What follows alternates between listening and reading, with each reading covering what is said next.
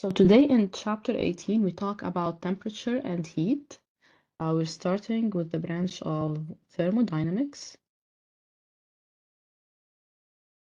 This is a branch that deals with the study of temperature and the effect of the change of temperature. One of these effects would be the thermal expansion of solids and liquids, and the amount of heat energy involved when the temperature of an object changes.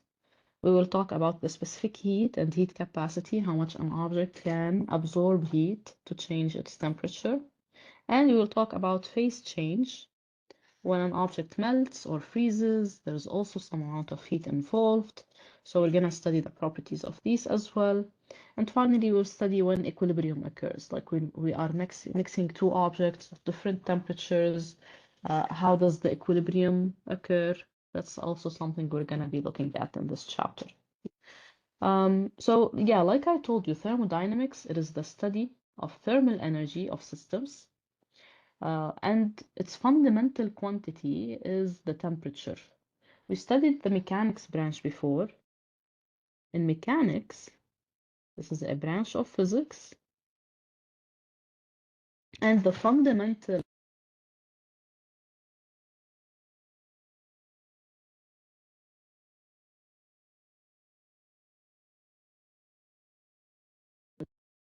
So here the fundamental quantity is the mass, by the way. If we don't have a mass, then in that case, we cannot really study any mechanics branch. We cannot study forces, we cannot study the speed.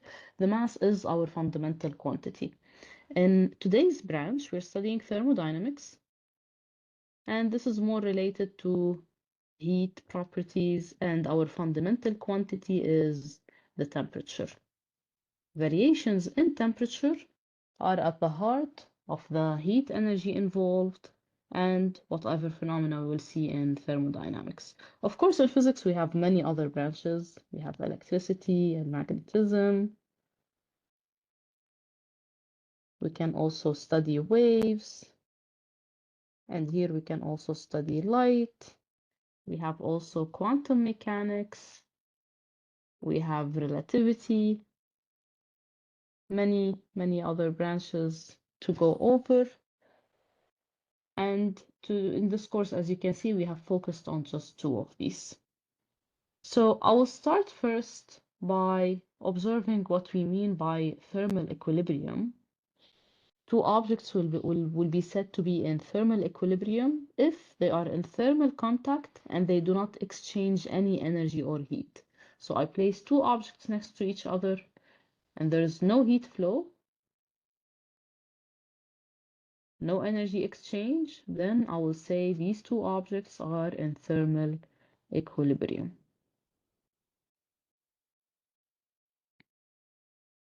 And this is actually what we call the zeroth law of thermodynamics, and it tells me whether two objects are at the same temperature or not.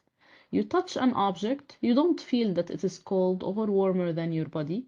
Then you can say that this object is in equilibrium with you and you two have the same temperature. And that's what the zeroth law is. I bring an object C, it's actually my thermometer here. I place it in contact with object A. It is in equilibrium with it. My thermometer reads 225. If the thermometer is in contact with object B and reads the same thing, then these two are in equilibrium with each other. And blocks A and B are essentially at the same temperatures as well. So this is our zeroth law. In this chapter, we will see that there's one more law we will cover, but in fact, we have four laws for thermodynamics governing all of the processes that occur. We're going to focus on temperature for a start. Temperatures, how do we measure temperatures? We use, as you have seen, a thermometer. A thermometer is usually a scale that is labeled with different temperatures. We can have different units, by the way. The two most popular units are the degree Celsius and the degree Fahrenheit. We use the Celsius scale here in Lebanon. Fahrenheit is used more in North America. The difference between the two, well, there's a relationship between them. The degree Fahrenheit is equal to 9/5, the degree Celsius temperature plus 32. And by the way, these scales are defined by a basic method. Like, how did we define the Celsius scale? A scientist came and he brought this tube containing mercury, and he placed this scale, this tube of mercury, he placed it in some ice.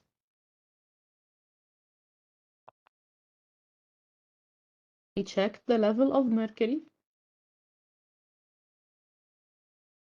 and he defined this to be the 0 Celsius. So that's how the scale was made. And then he placed this same tube in boiling water.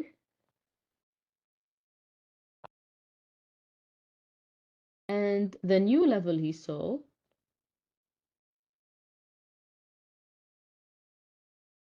he defined it as the 100 degrees Celsius. So you defined your 0 here, your 100 here, and then between you put 100 divisions and you can read the temperature of anything using this scale. Similarly, the degree Fahrenheit scale was defined and you can use that as well. And there's one more unit I would like to define, which is the Kelvin temperature. The Kelvin temperature is what we also call the absolute temperature. It's really not in degrees. I don't really say degree Kelvin. I say just Kelvin. This is because it is the absolute temperature. And what do we mean by that? The 0 Kelvin is the lowest temperature you can go.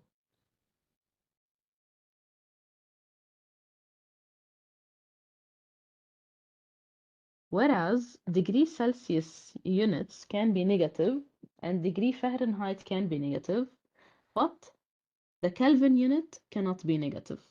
0 Kelvin is the lowest possible temperature in nature. And we see from measurements that the Kelvin temperature is equal to, we can convert it to degrees Celsius. It's the temperature in Celsius plus 273.15. This is the temperature in Kelvin. So we have defined temperature and the 3 units for temperature, the degree Celsius, degree Fahrenheit, and the Kelvin. You should know how to convert between all these 3 units and identify which is how much at different scenarios. So, for example, you might be asked to find the boiling point of water in degrees Celsius, in Fahrenheit, and in Kelvin.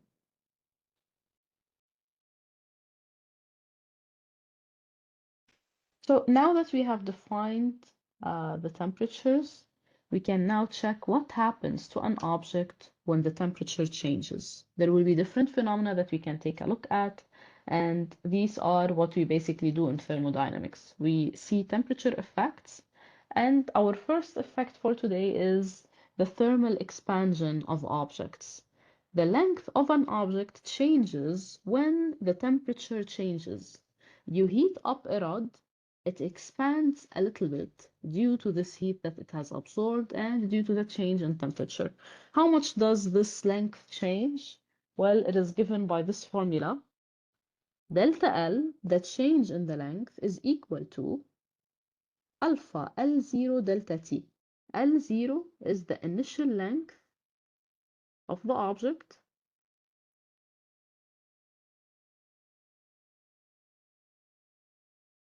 Delta L is the change in the length. So it's basically the elongation. If this was my original length and this is my new length, then this is delta L, the change in the length of the object. Alpha is the coefficient of linear expansion. This is a constant that is related to the type of material we have.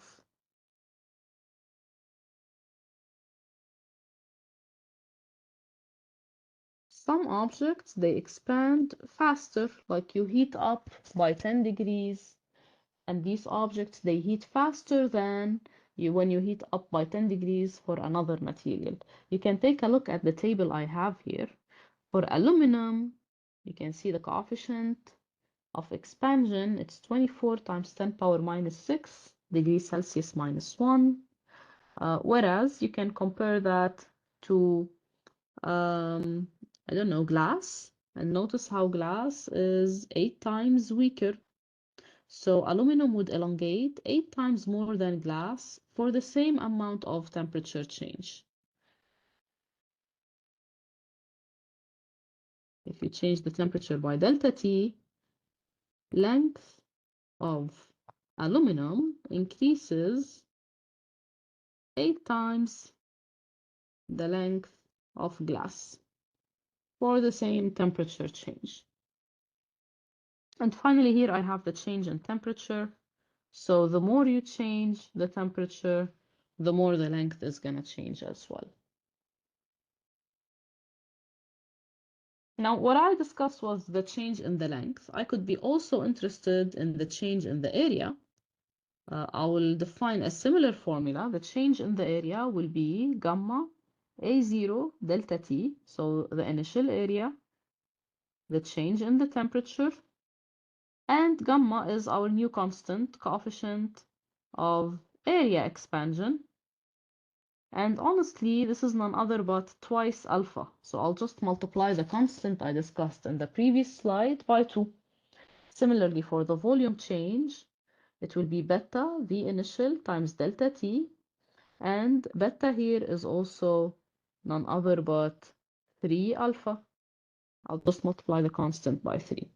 I want you to see how the expansion occurs. So here you can see I have this ball, it goes easily through the ring. You place the ring in liquid nitrogen, which is very cold. So the ring shrinks and then the ball cannot really pass through anymore. So here, when we lowered the temperature of the ring by dipping it in liquid nitrogen,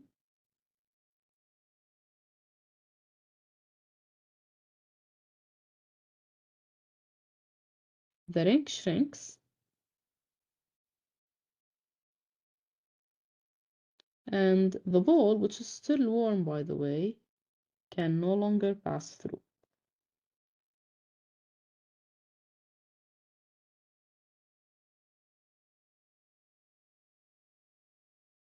So we can take a look at an example. The figure here shows 4 rectangular metal plates with sides L, 2L, or 3L. They are all made of the same material and their temperature is increased by the same amount. So delta T is the same, and alpha, beta, or gamma كمان, they are the same. The sizes are different. Rank the plates according to the expected increase in their vertical heights and then in their areas, greatest first. That's very easy. Regarding vertical heights, you can see how plate 2 and 3 have the largest initial lengths. We want to rank according to the increase in the vertical heights. So I want delta H. Delta H is going to be alpha H0 delta T. Alpha and delta T are the same, but the initial height is different.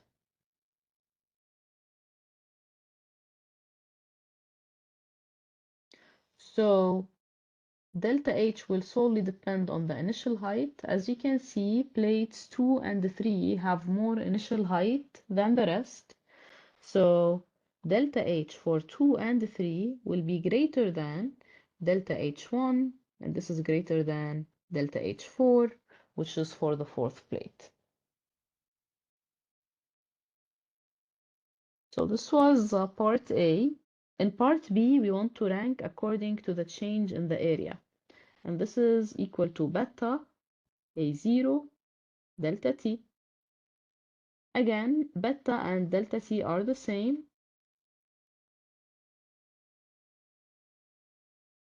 But A0, the initial area, might not be the same. So we need to check according to the area change.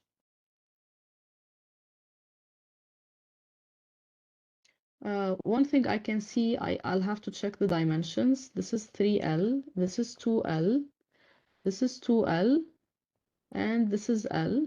How do I tell? Well, I'm told that the sides are L, 2L, or 3L. So I can tell that the largest dimension here must be 3L, followed by 2L, followed by L. So I'm really just gonna check the areas for each. A0 for plate 1 is 2L times L. I'm just multiplying length times width. A0 for plate 2 is 3L squared. A0 for plate 3 will be 6L squared, and A0 for plate 4 is 2L squared. So now what remains is to rank. The plate with the largest area will undergo the largest expansion in its area.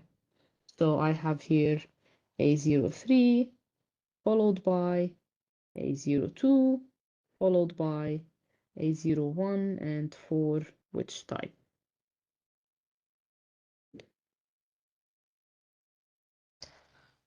In the second example, we have an annular ring of aluminum. It is cut from an aluminum sheet as shown. When this ring is heated, what happens? Does the area of the hole expand the same percent as any area of aluminum? Or does the area of the hole expand a greater percent than any area of aluminum? Or does the linear expansion force the shape to be modified and become elliptical? Or the hole decreases in diameter? Or the aluminum expands outward and the hole remains the same with the same size L? Maybe this is the diameter L. So what do you guys think here?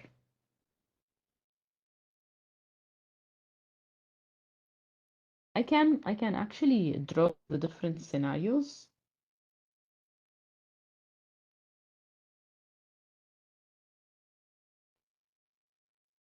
So I'll just draw different possibilities for you to see. So one possibility is that the hole becomes smaller, but the outer ring expands, which would look like this.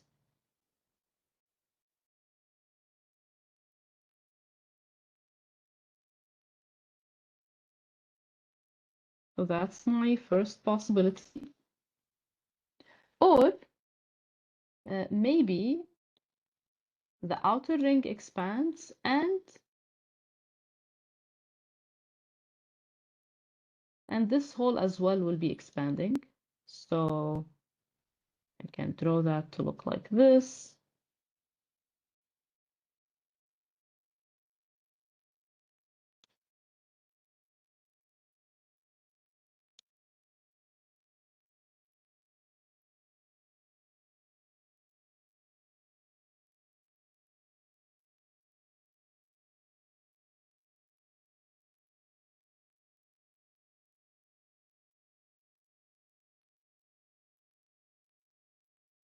So here essentially the temperature increased. Do we get this or this?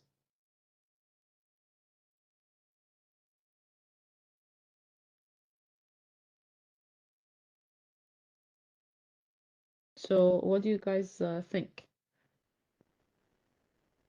Or does it look elliptical? That's one of the options as well.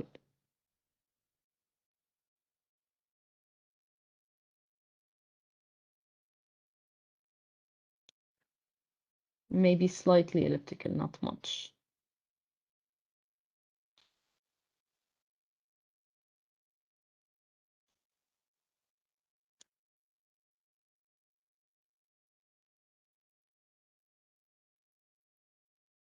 Any thoughts?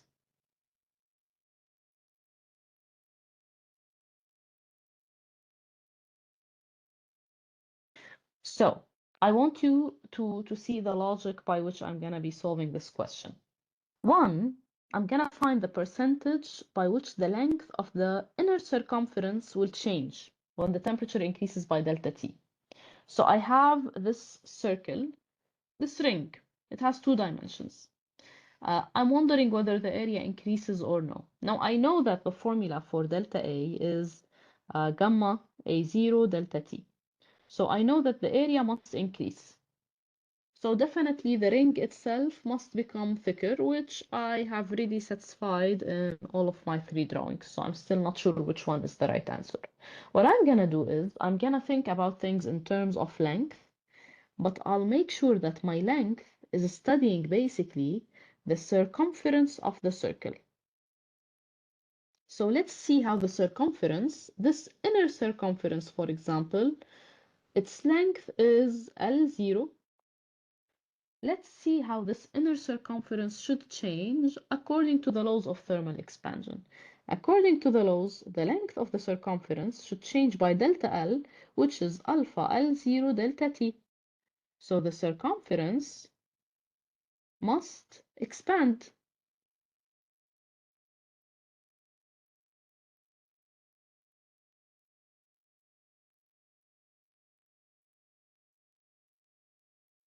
Because I have a change in the circumference which should be equal to alpha L0 delta T. Similarly, you can make a study of the percentage by which the length of the outer circumference changes. So I will see that delta L inner should be equal to alpha L0 inner delta T. So the inner circumference increases, and similarly for the outer, also this will be alpha L0 of the outer delta T, and the outer circumference also increases. So this means if I look at my options, I need to have both the inner lengths. If you look at the inner length here,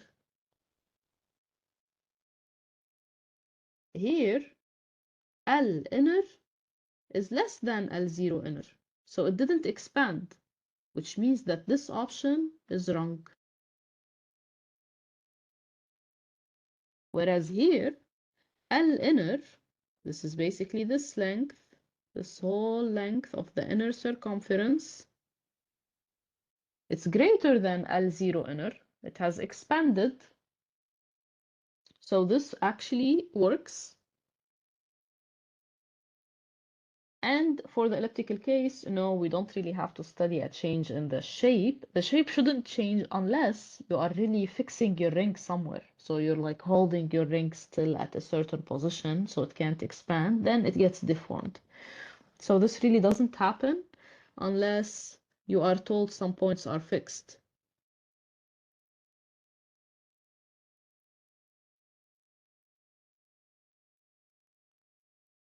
And not allowed to expand. So what we are expecting now is the inner circumference increases, the outer circumference increases, which means if the inner circumference is increasing, then the hole expands as well. So if I look at my options, I expect the area of the hole to expand, and it actually expands the same percent as any area of the aluminum. Speaking of rings, I put for you here this nice ring, which engineers usually wear in their pinky finger. They usually wear it when they graduate from engineering schools in North America. It is basically just a symbol of professional duty and obligation. If you notice somebody wearing this ring, it looks like it has this exact shape, you know? If you notice it, this is an engineer ring.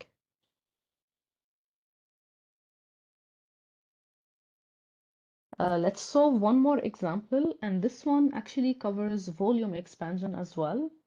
So here we have a small plastic container called the coolant reservoir. It catches the radiator fluid that overflows when an automobile engine becomes hot. The radiator is made of copper, and the coolant has an expansion coefficient of 4 times 10 power minus 4. If the radiator is filled to its 15-quart capacity when the engine is cold, how much overflow will spill to the reservoir when the coolant reaches its operating temperature of 92 degrees Celsius. So here I want you to notice what we're talking about is I have a radiator filled at its capacity. So the radiator itself is fully filled. So this is the container, and inside of it we have the coolant, and it's already reaching the brim. So, and this is at 6 degrees Celsius.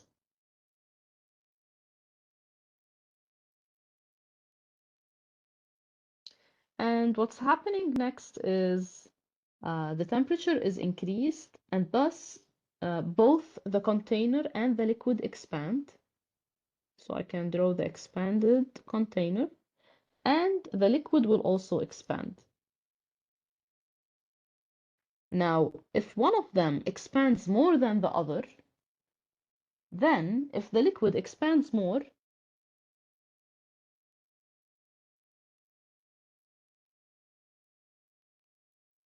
than the container, then there will be some overflow, right? If it's the other way around, if the container expands more,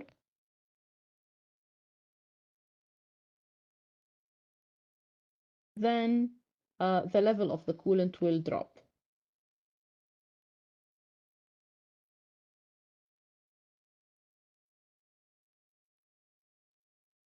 It will no longer be at full capacity. How do we tell which will expand more? Well, one thing I know, the initial volume is the same. V0 of the coolant equals V0 of the container. Why? Well, the coolant was filling up the container to the top, so both have the same volumes. They both have the same initial temperature. And if I want to check expansion, I have some volume I'm studying here. So I'll study volume expansion. Delta V is beta V0 delta T, right? Did we write that as beta or gamma? Let me just recall the symbols we used. Yeah, it is beta.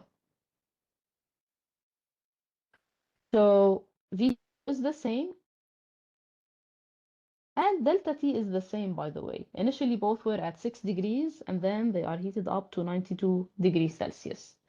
So the only factor I have is essentially delta T.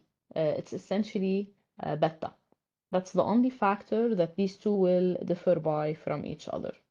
So I'm gonna be just checking the difference in the coefficients.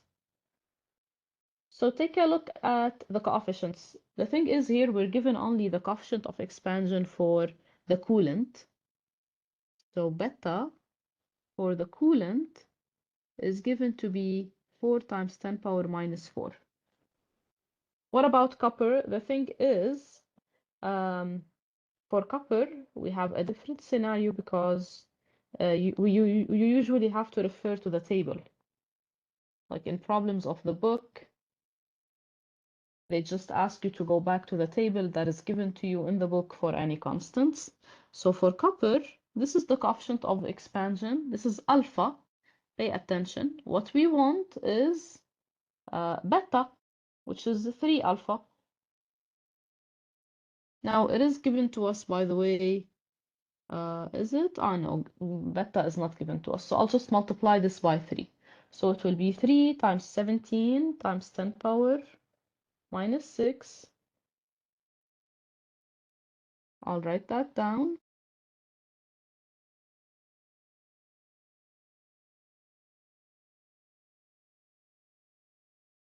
So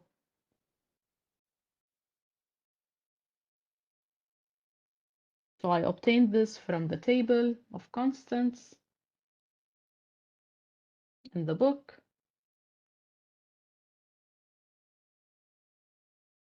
And this is going to be 3 times 17 times 10 power minus 6, which is 51 times 10 power minus 6. Let's convert that to have the same order of magnitude as that of the coolant. So this will be 0.51 times 10 power minus 4.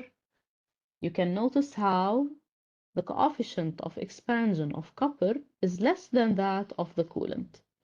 You should know that in general, liquids have higher expansion coefficients than solids. And gases, by the way, have even higher coefficients. So beta of copper is less than that of the coolant, which means that the coolant expands more. So it's gonna spill.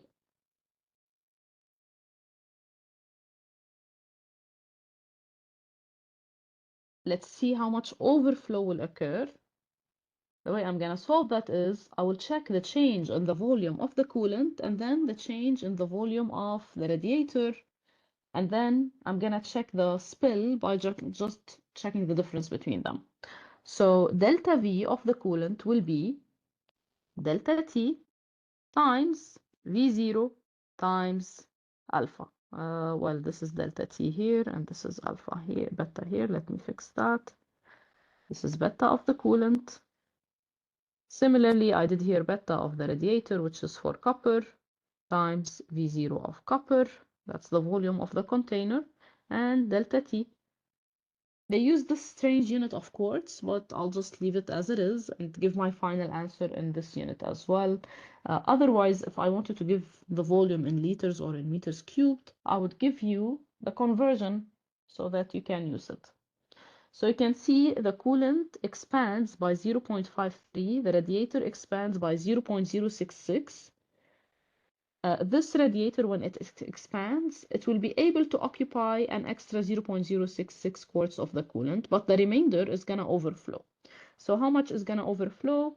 I will subtract this 0.066 from 0.53, and I will obtain how much is going to be overflowing from the container.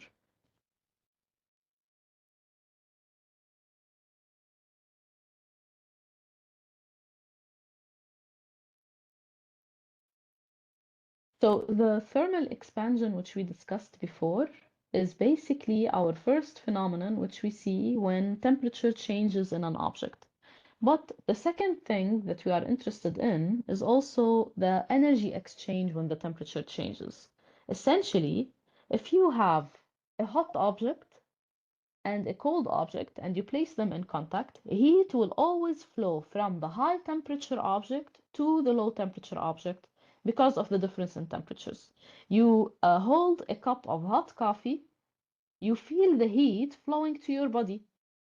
On the other hand, if you hold a cup of ice, then you feel the heat flow to be leaving your body towards the cool cup. And when you put it down, you feel your hand is a bit cooler, right? Its temperature becomes a little bit less because of this exchange of heat. So our second phenomena is any change in temperature delta T will lead to energy exchange. And this is a heat energy, by the way. And because it's an energy, its unit will still be joules, just like any energy we studied before.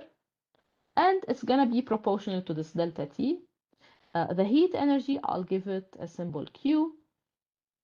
And we can find its formula, how much energy is exchanged between two solids when their temperature changes. So if I have an object and its temperature changes by delta T,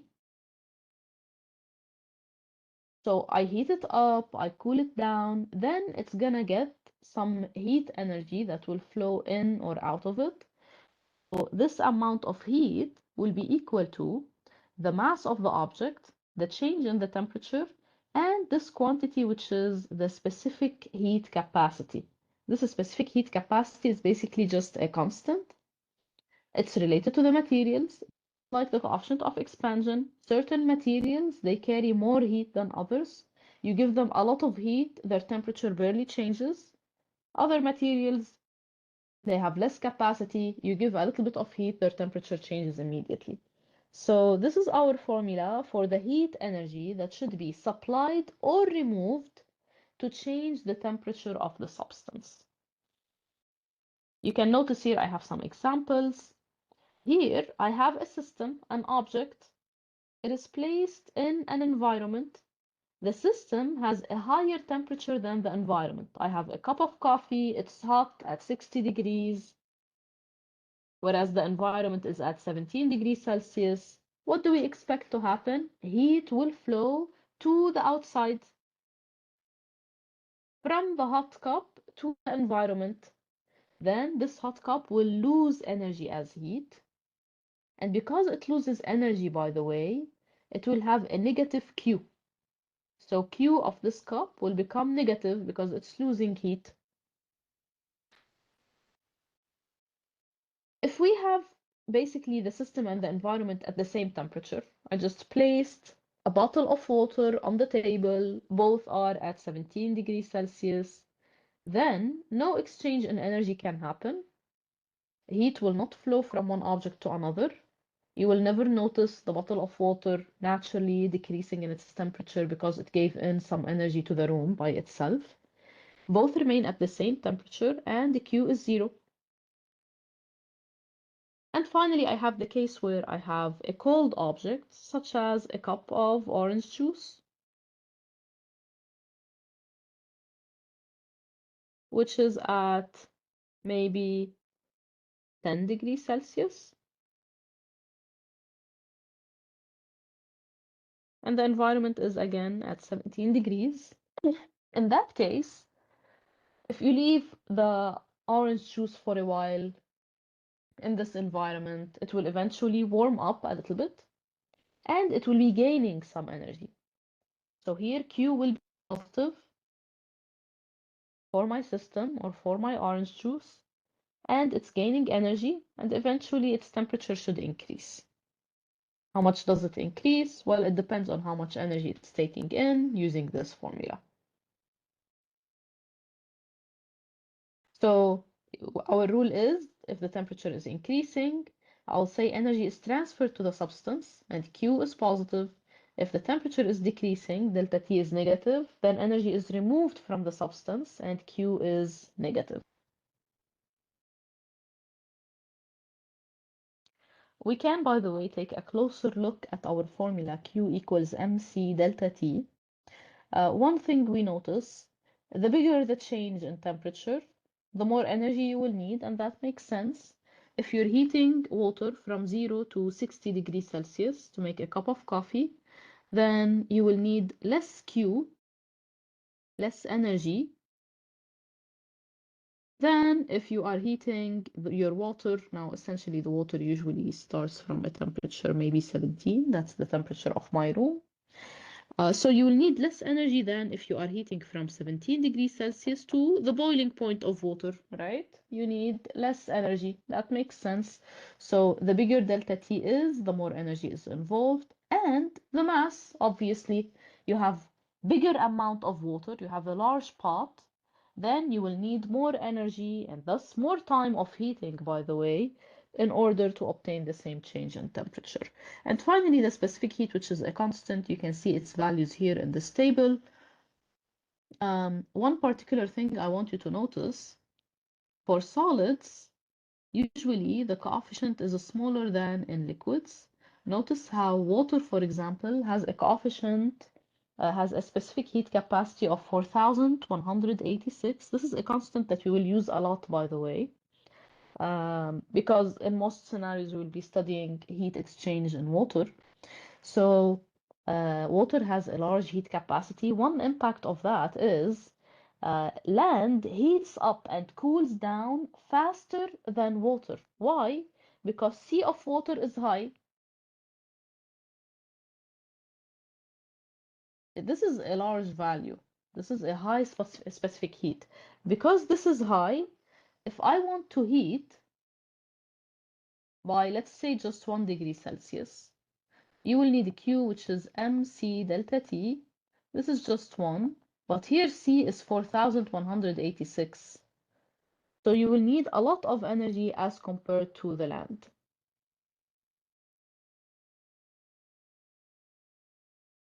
So the larger the specific heat, the larger the amount of heat you will need. I can compare that to Q of sand, by the way. C of sand is around Well, it will depend a lot on the composition, but I can give an approximation for dry sand to be 835. Notice the unit joules per kilogram, Kelvin, or degrees Celsius.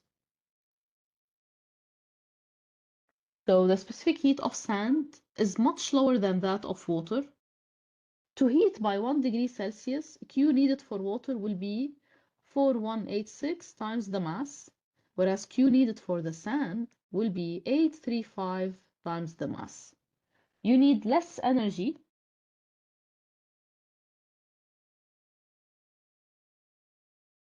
to heat sand.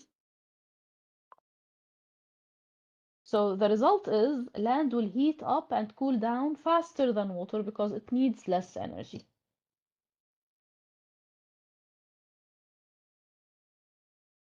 We can take a look at this easy checkpoint. It's the same principle. A certain amount of heat Q will warm 1 gram of material A by 3 degrees Celsius and 1 gram of material B by 4 degrees Celsius. Which material has the greater specific heat? So Q is the same. Q is mc delta T, right? We have material 1. It has a mass of 1 gram. Let's label these as 1 and 2. So material 1 has a mass of 1 gram, by the way. C1 is not given to us, and delta T is 3 degrees Celsius. For material 2, we have 1 gram as well. C2 is not given, and the temperature changes by 4. The same amount of heat is given, so Q1 equals Q2. So I have C1 times 3 equals C2 times 4. Essentially, I can deduce whether C1 or C2 is larger. Since this is larger and I want the product to be the same, then C2 should be less.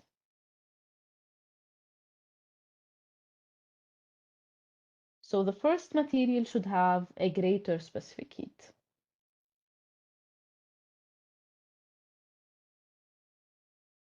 I want to show you our last concept for today, which is an application of the change of temperature and the heat associated with that. This is an experiment called the calorimetry. It's a technique to measure the specific heat of an unknown object. What do we do here? We heat a material which has an unknown specific heat. So let's say I have a cylinder. This is something you do in the lab, by the way. You have a cylinder made of a metal and you want to know its specific heat. What you do is you heat up this cylinder and then you mix it with a sample of water and record the final temperature. So you bring this hot object, hot cylinder, let's say it's at 100 degrees Celsius, and you have a container of water, which is at room temperature, which I like to write it as 17 degrees Celsius, since it's winter. And this water, I will mix it with the cylinder. So I will place the cylinder in the water. What will happen? Can someone tell me what will happen when we put a 100 degrees Celsius cylinder in 17 degrees Celsius water?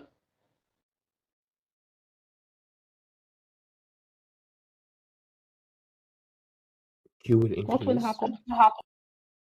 Q will increase. For whom?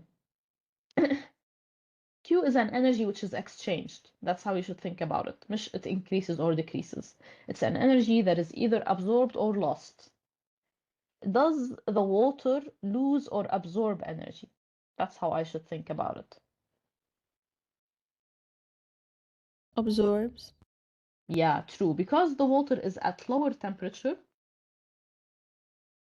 then heat flows from the cylinder to the water.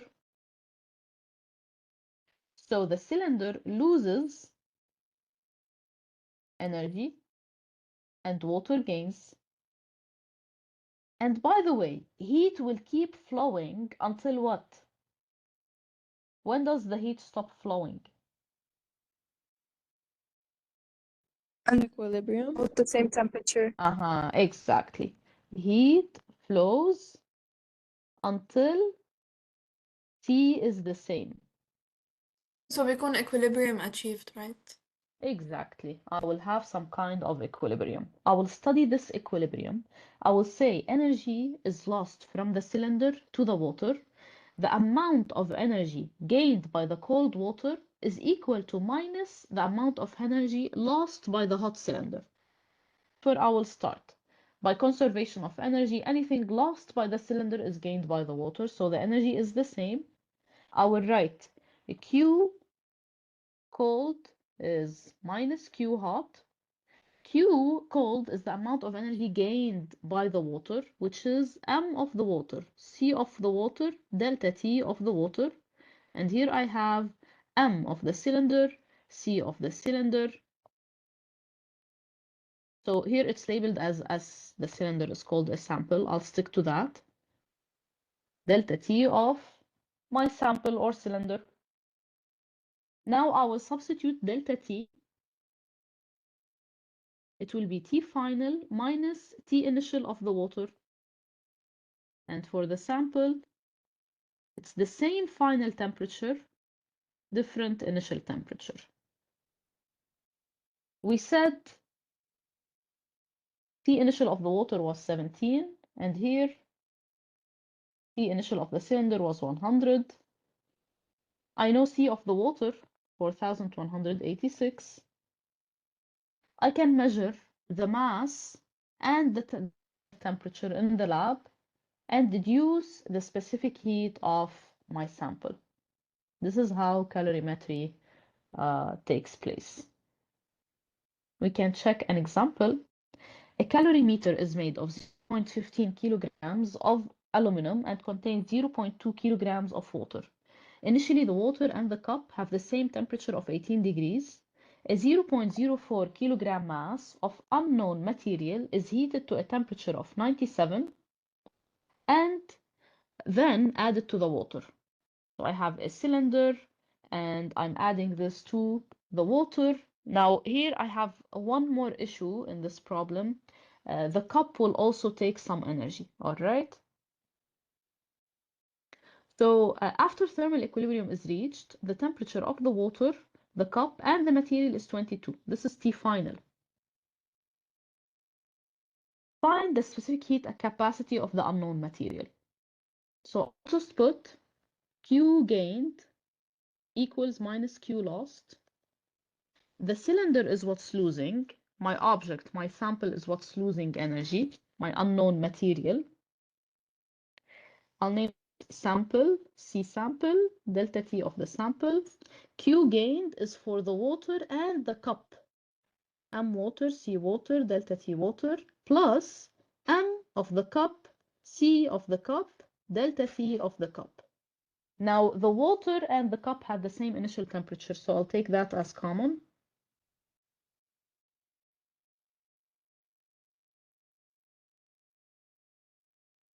And here I'll put my sample on the right-hand side. And then I'll just substitute the masses. So you can see here I have everything written the same way. I'll substitute the masses and the changes in temperature, and you can solve for the specific heat. Any questions?